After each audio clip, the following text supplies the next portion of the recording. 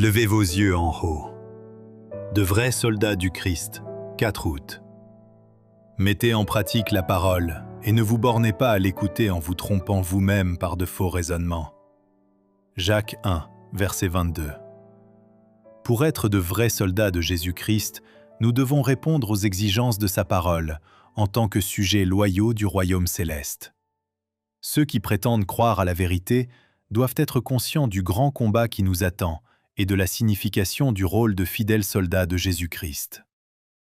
L'armée du Sauveur invite les volontaires à s'engager. Ceci implique une soumission entière des passions, de la volonté et des habitudes à la volonté du Maître. Notre devoir est d'obéir aux ordres du puissant général des armées. Une organisation structurée, puissante et active doit être maintenue. Les recrues doivent être instruites jusqu'à la parfaite obéissance. Toutes les tâches doivent être exécutées, même celles qui ne sont pas toujours considérées comme essentielles. Il s'agit maintenant d'avoir foi en une sagesse et une puissance supérieures aux nôtres. Ayez foi en Dieu, une foi inébranlable en la compétence, le talent et la fidélité de votre chef, qui connaît le plan de la bataille. Le Seigneur Jésus ne trompe pas ses soldats. Il leur révèle le conflit, leur présente le plan de bataille, leur indique les périls de l'entreprise et exhorte chacun à calculer la dépense. Il ne les laisse pas dans l'ignorance. Avant de les engager comme soldats dans son armée, il leur demande d'établir un bilan, car la vie de soldat est toute de devoir. Chacun se voit attribuer une tâche, et aucune excuse ne peut être avancée si le travail donné par Dieu n'est pas exécuté. Certains sont négligents et nonchalants.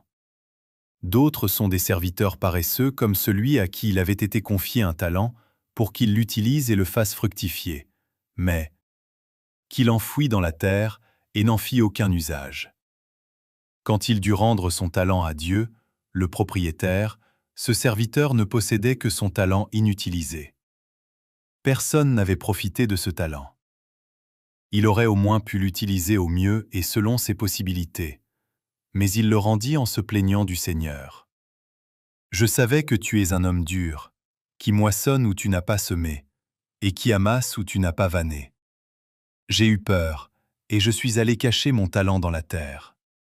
Voici, prends ce qui est à toi. » Matthieu 25, versets 24-25. Le Seigneur reprit ses paroles. « Tu savais. » En fait, il ne connaissait pas Dieu, ni ses œuvres, ni ses voies, ni la grâce et la bonté qu'il lui manifestait en lui donnant l'occasion de faire fructifier les talents qui lui avaient été confiés. Il est dit, « ôtez-lui le talent, et donnez-le à celui qui a les 10 talents. Car on donnera à celui qui a. Mais à celui qui n'a pas, on ôtera même ce qu'il a. » Versets 28, 29.